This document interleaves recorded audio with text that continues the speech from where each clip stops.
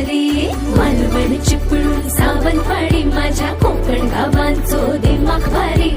दिसते भारी गणपतीची स्वारी माझ्या